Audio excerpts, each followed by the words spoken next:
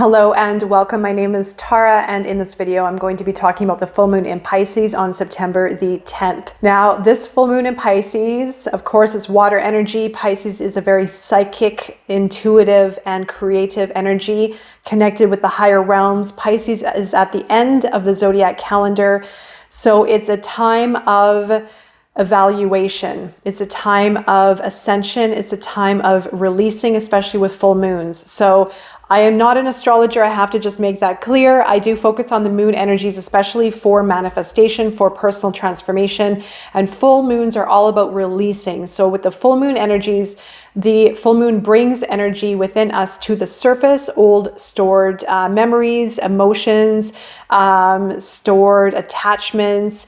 So all of these energies are very well going to start to surface, but especially with, I feel in this particular one, to do with relationships. Now, this could be your own internal relationship with self. It could be relationships from the past. It could be karmic relationships. It could be relationships with family.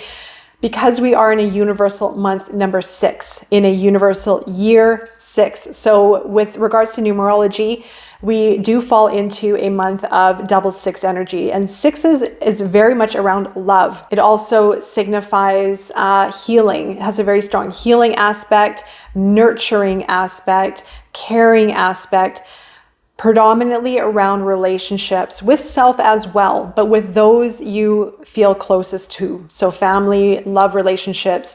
Now, because we are in a 9th month, September being 9th month, the 9 does signify endings. So there is a little bit of the theme of endings that is taking shape in the month of September.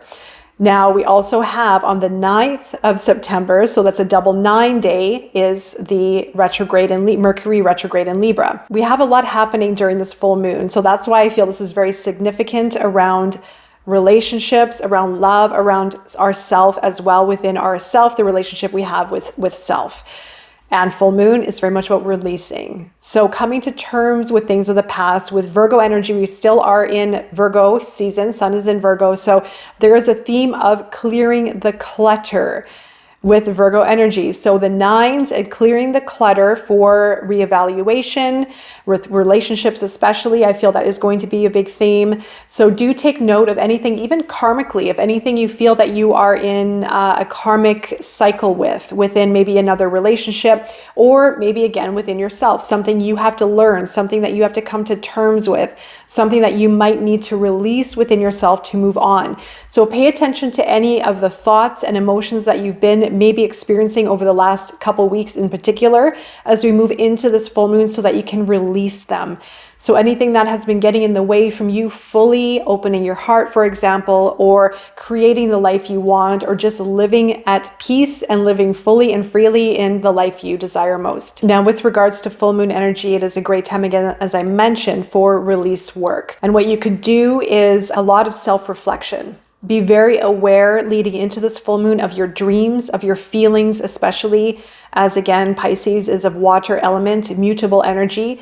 We have 2 mutable energies here, so a lot of change is going to take shape. A very fluid energy, so be within yourself around this time. You're going to gain the most out of this full moon by being with self. Going into your dreams, going into self, connecting with your higher self, connecting with energies and thoughts, emotions that are maybe creating difficulties in your life. This is a perfect time to release it. And especially, again, with all of these 9s and 6s present, it has to do, I feel, with there's a very strong message around relationships, love, healing especially. And if you are dealing with relationships, if you're in relationships that are a little bit tricky or a little bit difficult, even the relationship with self, what have you been thinking about the most? What have you been analyzing the most? What has been weighing on you the most? And prepare to let it go. Prepare for a full release. Now, on the 9th of September, we have 2 9s, and that is when Mercury goes retrograde in Libra. The 9s signify endings, right? So if we have 2 9s together, it very well could signify a hard stop on something. It could signify a realization of something not working, or wanting to end, or wanting to conclude a particular matter in your life. That very well could be coming up to the surface. Now we have Mercury retrograde in Libra as well at that time.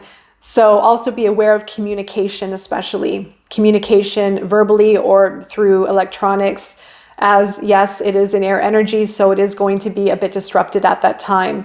And Libra energy is all about balance and love and harmony, truth especially, seeing the truth within matters, knowing your own truth, deciphering the truth within situations.